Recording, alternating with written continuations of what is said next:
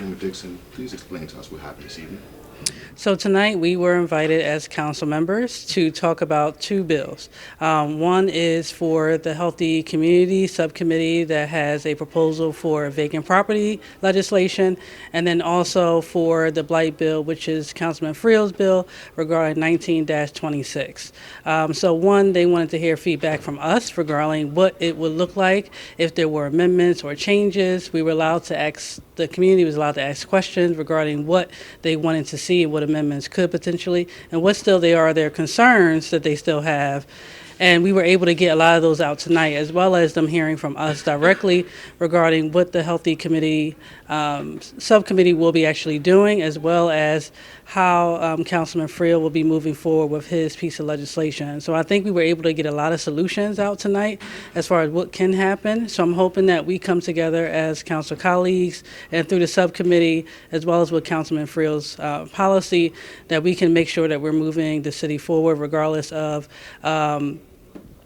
was not within regard, but also making sure that we have the community representation and the voice included into that process as we decide, because we all know that something has to be done, and we want to get something done. And I think it is put out there that we don't, and we want it to be stale and things are not happening, but all of us as council members are going to make sure we put our best effort forward to make sure something is done. And that's part of the reason why the subcommittee was created, in order to do that, but also to make sure that we're creating healthy, holistic policy across the city of Wilmington that makes sense.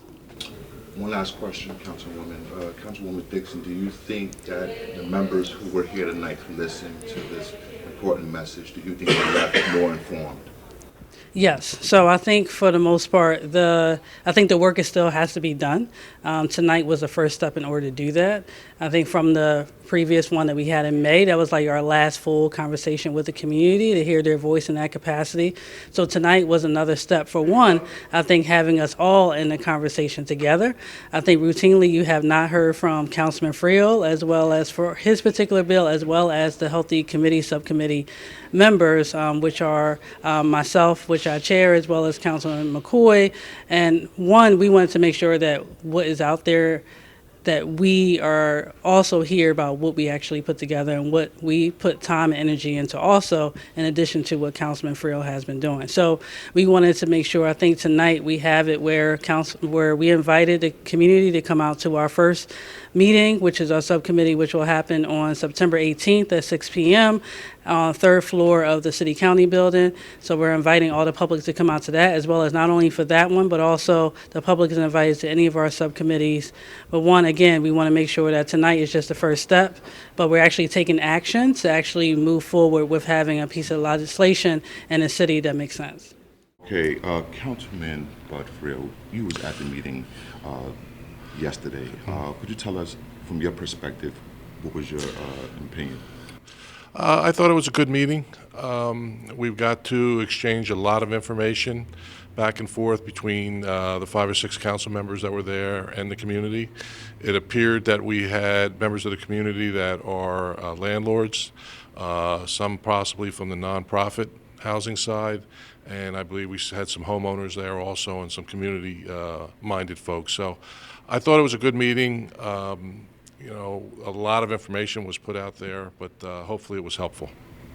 Now, Councilman Freel, do you feel like the public was better informed when they left last night? I would say the group of folks that were in that room last night have to feel that they were better informed, unless they've been at other meetings and heard the same information. But if they have not been, I think they received a lot of information on what we're trying to accomplish with this legislation, in trying to strengthen our communities by improving our housing stock, and also benefiting those that own properties, trying to increase their asset, increase their property values, whether you're a homeowner or a landlord who's trying to do the right thing. Now, I would like to ask you one last thing. Is there anything you feel like you would like to put out there to the public to help clarify this misunderstanding about the blight legislation? I think the biggest thing I want to tell people is that as a city, as an administration, as a council, we're not out there looking to just find people with violations. The legislation is very clear that you have a warning period before anything happens. But we do believe strongly that everybody's responsible for maintaining their property. I mean, if you're a homeowner, you're going to take care of your property because you care about your property values. Well, you shouldn't have to sit next to a property that is not being maintained just because the landlord might live in Newcastle County or New York City. They have to keep it up to the same standards that you as a homeowners do. And when that happens, that benefits everybody in the community, everybody. And it helps our neighborhoods move forward and strengthen, and addresses then some of the other issues that we end up having with crime and our parks not looking right and things like that. So I think it's very important legislation that we have to try to get passed to help all our neighborhoods here in the city of Wilmington.